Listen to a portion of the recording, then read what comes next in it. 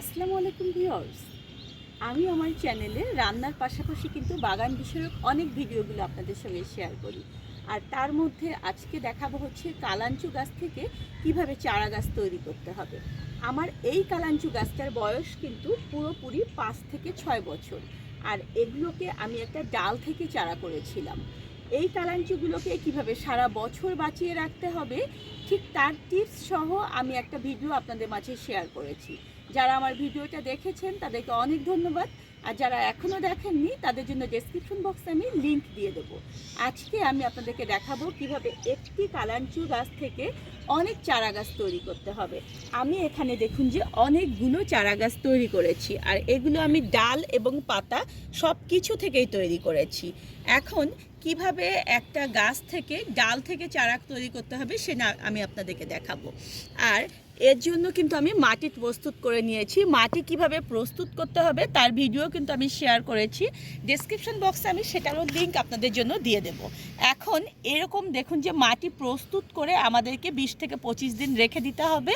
দেওয়ার পরে আপনি ঠিক ছোট টবে, কখনোই চারা গাছ বড় টবে করা যাবে না, আপনাদেরকে ছোট টব নিতে হবে। এটা কিন্তু 4 ইঞ্চির একটা টব। আর এই টবে দেখুন যে আমি মাটি ভরে নিয়েছি। আর অবশ্যই মনে রাখবেন যে টবের নিচে যেন ছিদ্র থাকে, যাতে করে অতিরিক্ত পানি সেদিক দিয়ে বের হয়ে যেতে পারে। এখন আপনাকে ফার্স্ট দেখতে হবে যে আপনার যে পুরনো গাছটা রয়েছে সেই পুরনো গাছটার কোন গাছটার ডালটা ম্যাচিউরড, মানে হচ্ছে কোন ডালটার বয়স হয়ে গিয়েছে সেই ডালটা আপনাকে নির্বাচন করতে হবে। কখনোই ইম্যাচিউর ডাল বা কচি ডাল থেকে কিন্তু চারা গাছ তৈরি হবে না। চারা গাছ তৈরি করার জন্য আপনাদেরকে ম্যাচিউর ডাল নিতে হবে, যেটা অনেক দিন হয়ে গিয়েছে এবং যেটার ফুল শেষ হয়ে গিয়েছে। আমি দেখুন যে এইখান থেকে একটা ম্যাচিউর ডাল কেটে নিচ্ছি। আর ডালটা অবশ্যই এমনভাবে কাটতে হবে যেন ধারালো নাইফ দিয়ে এটা কাটা যায়, এটা যেন একেবারে সুন্দর ফ্রেশ থাকে। দেখেছেন, ঠিক কালাঞ্চু গাছগুলোতে কোনো রকম রুট হরমোন দেওয়ার দরকার নেই, কারণ এই গাছটা খুব বেশি ছত্রাক বা ব্যাকটেরিয়া আক্রমণ হয় না। এখন এই যে দেখেছেন এই অংশটাকে আমরা মাটির মধ্যে এভাবে করে দিয়ে দেব। খুব বেশি দূর দিতে হবে না, অল্প একটু দিয়ে এভাবে চেপে দিতে হবে। দিয়ে আমরা হালকাভাবে এখানে পানি স্প্রে করে দেব। দিয়ে এটাকে ঠিক খোলা আকাশের নিচে রোদেই রেখে দেব। খুব বেশি পানি দেওয়া যাবে না, পরিমিত পানি দিতে হবে। মানে এই মাটিটা যখন শুকিয়ে যাবে তখন আমাদেরকে পানি দিতে হবে। দেখুন আমি পানি দিয়ে দিচ্ছি, দিয়ে এটা একদম ভিজিয়ে দিলাম। দিয়ে এটাকে এখন আমি রেখে দেব। আর ঠিক এটাতে যখন মাটিগুলো দেখবেন যে একদম শুকিয়ে যাবে তখন এটাতে পানি দেব, তার আগে এটাতে পানি দেব না। আর সারা বছর কিভাবে কালাঞ্চুর যত্ন নিতে হবে, কিভাবে আপনার কালাঞ্চুগুলো নষ্ট হবে না, সেটা কিন্তু আমি শেয়ার করেছি। অবশ্যই কিন্তু আপনারা সেই ভিডিওটা দেখে নেবেন।